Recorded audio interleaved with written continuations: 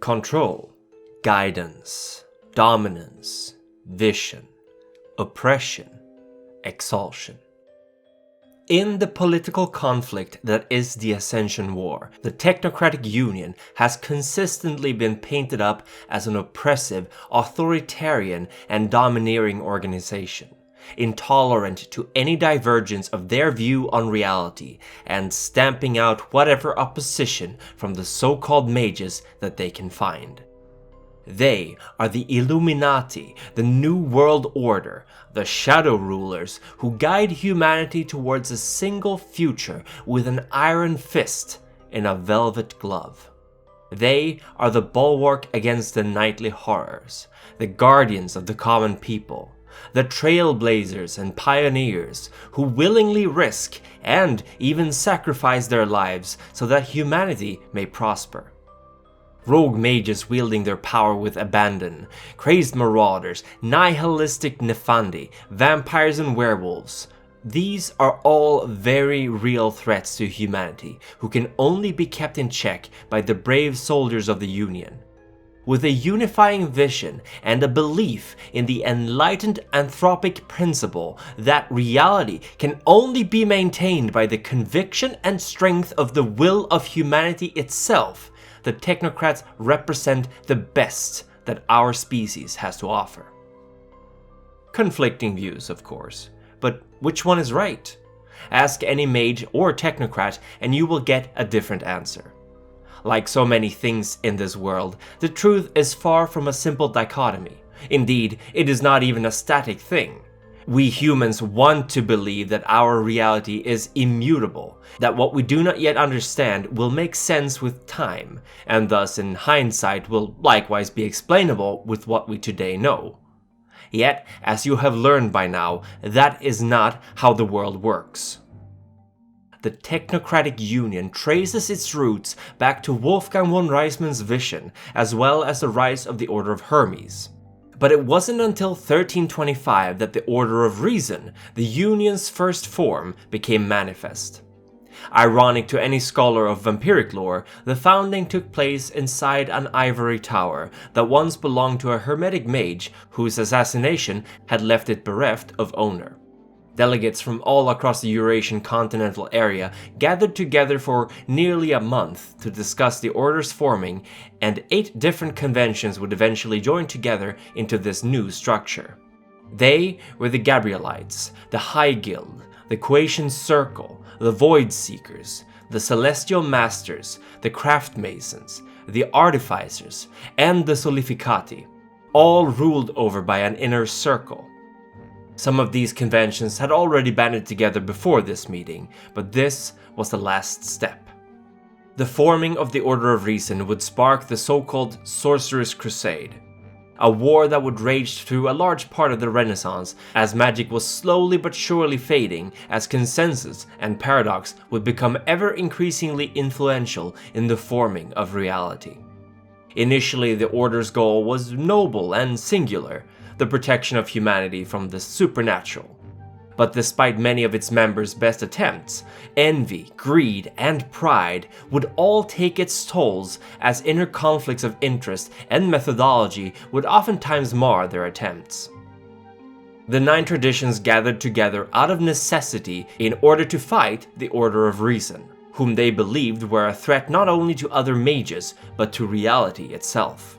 Several mages had sensed that magic was fading, it had in fact been since the previous millennia, and they suspected the Order of Reason and their enlightened science was one of the underlying causes. We don't know if this is true, but it certainly is a convenient casus belli for the more traditional mages to rally against. The ecstatic Shazar, the Seer, formed what would eventually become the Council of Nine in 1440 together with Nightshade, a survivor of a murderous raid led by the Gabrielites on the pagan circle she belonged to, as well as Valoran the Messianic Singer and Master Baldric Lasai of the Order of Hermes. In the 1450s, this fledgling order created the Realm of Horizon from which they would operate. A separate world the size of a small moon, with 2 continents with a wilderness resembling the bygone era before the arrival of these enlightened sciences. The Order of Reason, of course, did not remain inactive in this period, and they led many assaults against mystic strongholds, a mystic being another word for the mages who did not adhere to the idea of their sciences. Doazetep, a hermetic stronghold, suffered an extended siege from the Order, and they even attacked Horizon itself in 1475. This was a time of great war and conflict, and while the Circle of Nine were united under this strife, they were tested sorely. Ultimately, it would seem the Order won the war, for the mystics disappeared, the 9 traditions fading into the shadows, and would remain so for the next 300 years. In truth, they were rebuilding their strength, but while they were gone, science would claim complete and utter dominance over humanity. Yet as time went by, the once noble ideals of the Order of Reason became corrupt. The High Guild turned to slavery, conquest, and opiates as an easy means for money, supported by many other conventions who depended on the High Guild's might to support them. The Craftmasons, who more than any other convention stood up for the so-called unenlightened, were pushed to the side, seen as bygone relics and heirs of the hermetic ideals from which they had sprung.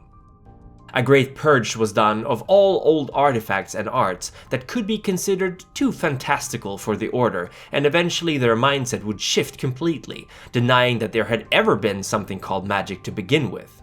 Fear, oppression, and murder would rule in the halls of the Order of Reason.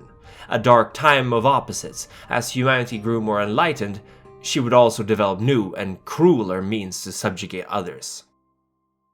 At the end of the 1600s, through exploitation and subjugation, the Order of Reason had laid claim to the entire world. Yet even within the Order, conflicts reigned, often out of national rivalries as well as religious ones. All the while, mystics were hunted down and persecuted. The fires of witch trials burned hotly for many years, orthodox intolerance towards witchcraft and black magic equally a driving force as the Union's will.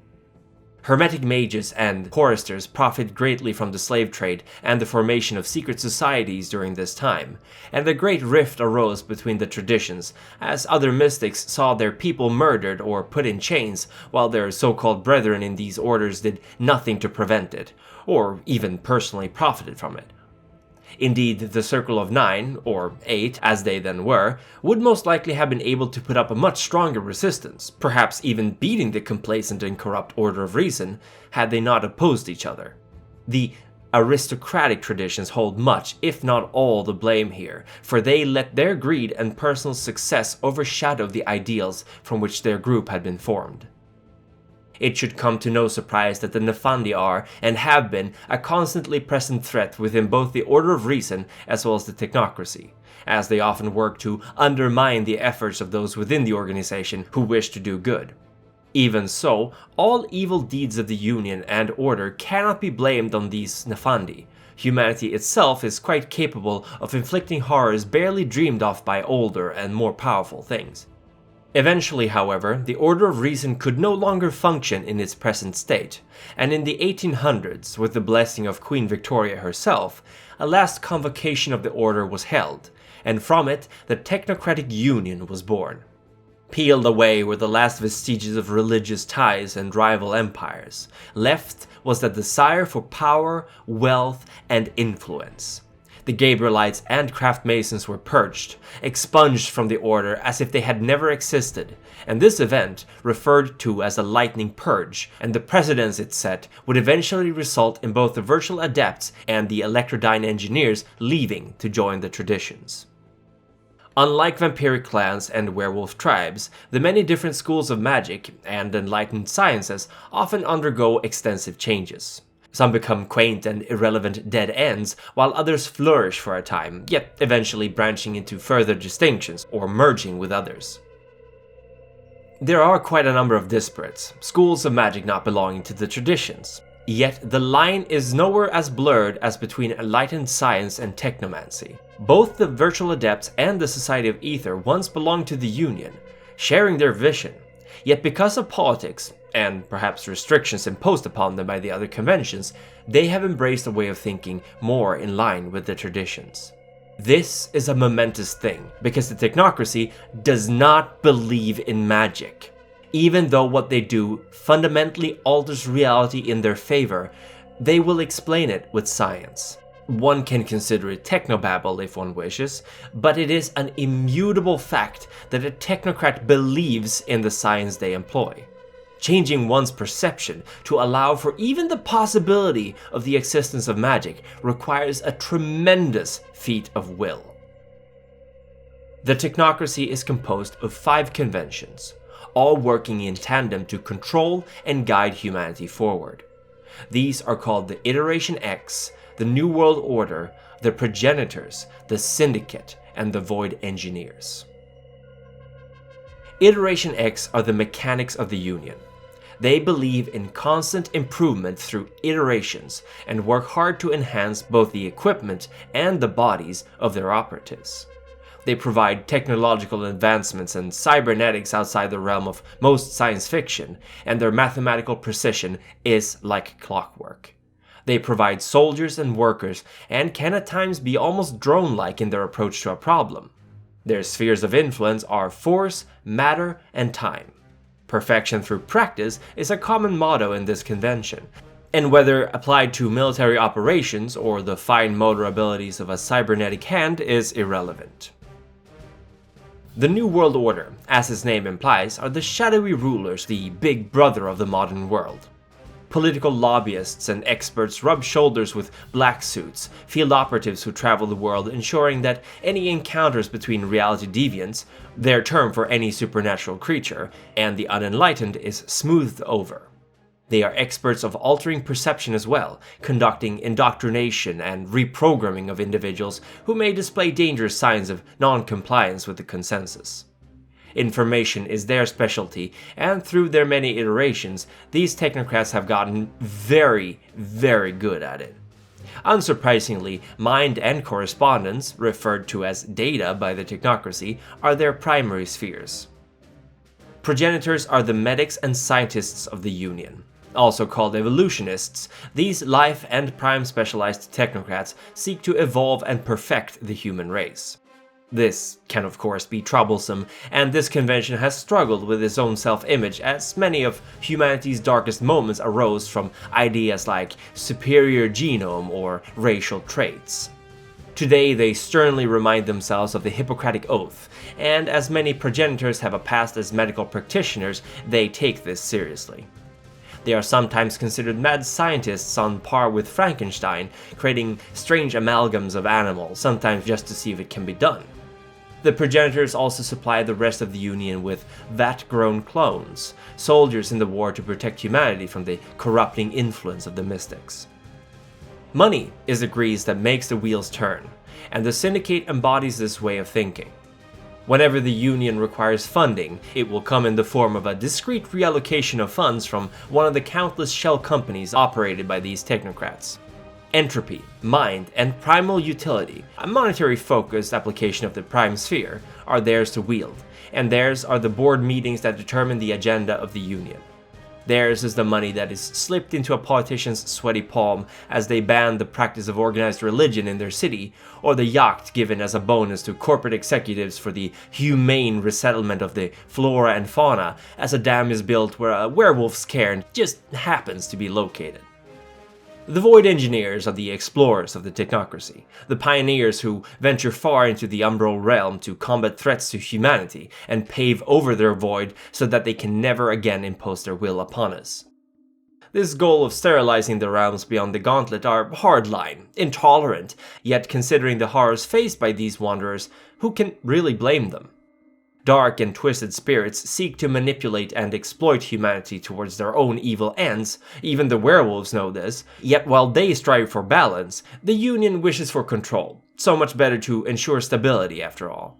They have mastered the spheres of correspondence, forces, and dimensional science, their word for the sphere of spirit, in their pursuit. Whenever the possibility of a non-corporeal reality deviant is on the table, the rest of the Union turn to these hardened space marines for their expertise. There is, of course, so much more one can say about the Technocratic Union, but I fear that we are running out of time for now. If this series of videos on Mage inspired you to try to play the game itself, the core rulebook for M20, the 20th anniversary edition of Mage, is available on Storyteller's Vault both as PDF and print on demand. Somewhat more urgently, however, is the Kickstarter for the Technocracy Reloaded, a new book specifically designed to bring the Technocratic Union into the 2020s. It's on its last couple of days at the time of this video's release, so there is still time to support it. There will be a link in the description. Now, before I thank my amazing patrons for their support, I would like to give you all a little update. Since last week, I have now hit my topmost Patreon goal, meaning I will be able to cut down some of my day job and focus more on my channel. I will also commence running a Chronicle set in my hometown, Stockholm, where patrons of Primogen tier or above will be able to play with me as a storyteller. I can't even begin to describe how excited I am about this, and honestly the amount of support and love I've gotten from all of you over these 10 months is just unbelievable. Thank you everyone so much for being there. I read all the comments, but lately I haven't been able to respond to them all. I'm honestly completely blown away, and it really hasn't sunk in yet. I will continue to do my best in providing you all with lore videos on the World of Darkness, and I will also be able to unveil my one on YouTube Giovanni Chronicles come June. I'm very much looking forward to hearing what the council thinks about that.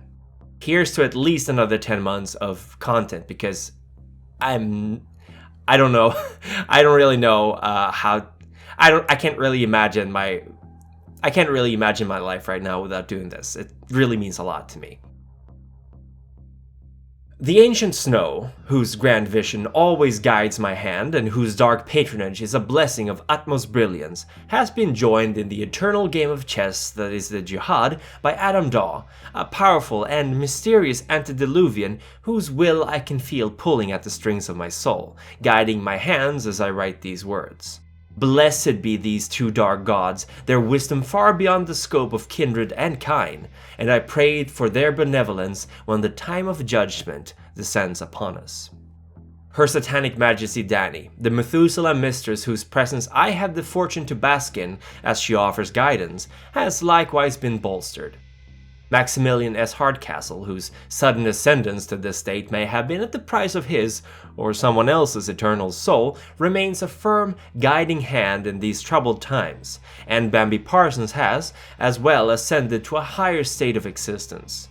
Her enthusiastic support emboldens my pen, and this mighty triumvirate dictates the future of not only me, but of the Council itself.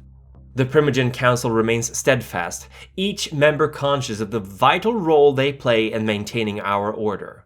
06, Stonewolf 18, Jokerman, and Cal Constantine, our senior members, provide insight into the affairs of their clans, which is, as always, indispensable. Edward Reed, who has for many moons given valuable support to our council, has finally joined us at the table, as has Colin Gifford, who likewise has skills and experiences indispensable to our work. We wish to welcome you to the council, and we hope that our work together will be fruitful indeed. Our council is as always supported by the elders, wise kindred whose help extends our reach. Dante the Canine, What's That Smells His Blood, Remy Van Roy, Gaslight 88, Aubrey Ayers, Non-God, and Justin S. have our gratitude for their selfless support. June Pocholo, whose name I unfortunately got wrong in the previous video, has my apologies. I hope I got it right this time. The Ancile, Harry Wyckoff, Envihon, and Giodan are likewise targets of our appreciation. Your support and guidance of our sect's neonates is invaluable. And finally, last but not least, our loyal neonates, in whose hands the future may well rest. They receive our thanks for their services. And thank you for watching. Reality is within your grasp. All you need is the courage to take it and the strength to keep it.